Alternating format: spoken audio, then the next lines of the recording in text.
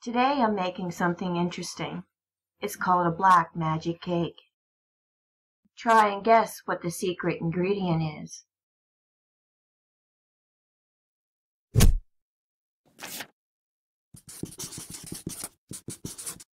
And the ingredients you're going to need are 2 cups of flour, 2 cups of sugar, 3/4 cups of cocoa powder, 1 teaspoon of baking powder, 2 teaspoons of baking soda, 1/4 teaspoon of salt, 1/2 cup of oil, and I'm using coconut oil, 2 eggs, 1 cup of milk, 2 teaspoons of vanilla, and 1 cup of the secret ingredient.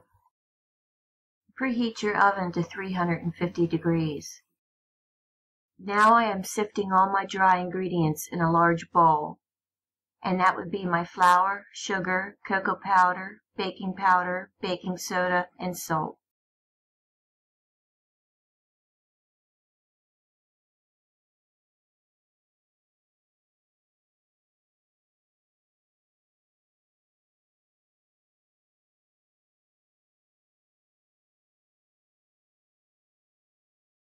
Next, add the whisked eggs to the dry ingredients and mix well.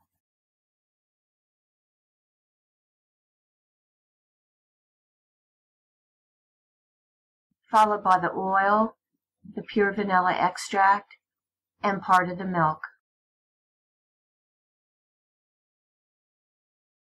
You can find this recipe and more on my Facebook and Google Plus page.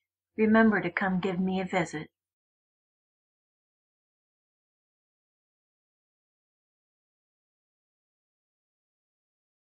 And now the rest of the milk, and you can see where the batter is getting thinner.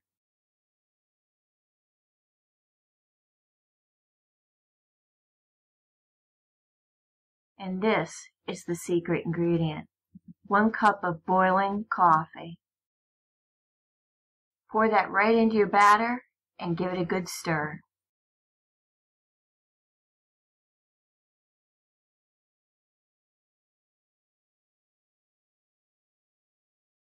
Your batter will be thin and smooth.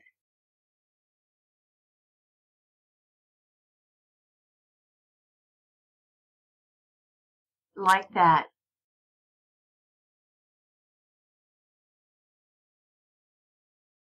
I have 2 pre-greased cake pans. I use coconut oil. You can also use butter. Instead of using cake pans, you can also use a 9x13 baking pan. Now I'm just dividing the batter between the 2 cake pans.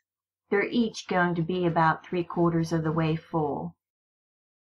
I remember making this black magic cake when I was a child, and I was always amazed when we added the cup of boiling coffee. I always thought it was such an odd ingredient for a cake, but it works. The cake is nice and moist with a nice, rich, deep chocolate flavor.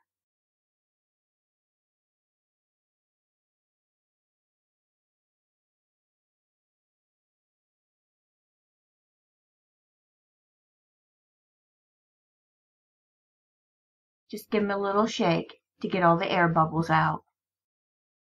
Bake at 350 degrees for 35 to 40 minutes or until done.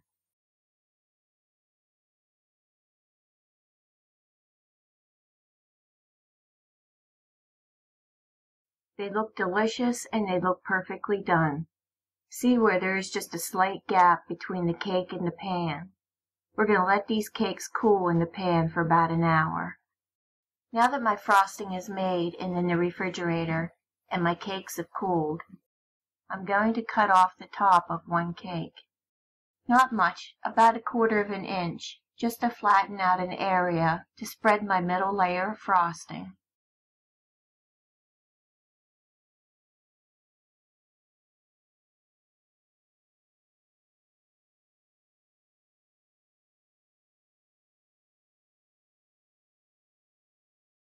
See how moist that is?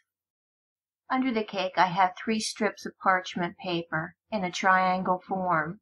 Once I'm done frosting the cake, I can just pull the strips out and have the cake plate clean.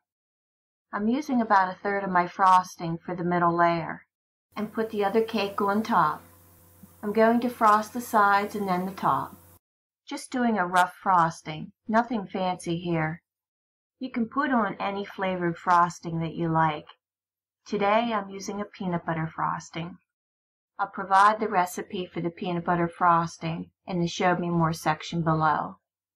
It just consists of peanut butter, butter, confectioner's sugar, and I happen to have a little bit of mascarpone cheese available, or you can use cream cheese. And you can use any brand name creamy peanut butter. Here I am using a natural peanut butter, so it has a little texture to it. You can also add more powdered sugar to adjust the sweetness. And now I'm pulling out my strips of parchment paper.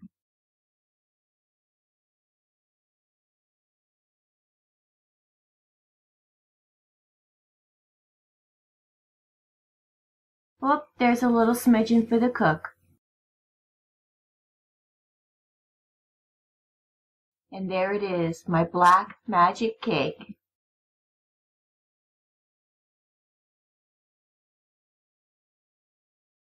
Let's give it a slice. A beautiful cake rich with chocolate flavor. Who would ever know that there would be a cup of black boiling coffee in there?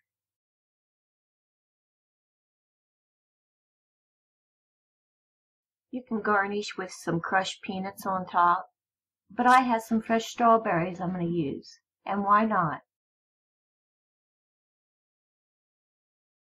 This would be great for the kids. It's fun, easy, and delicious. I hope you make it, love it, and enjoy.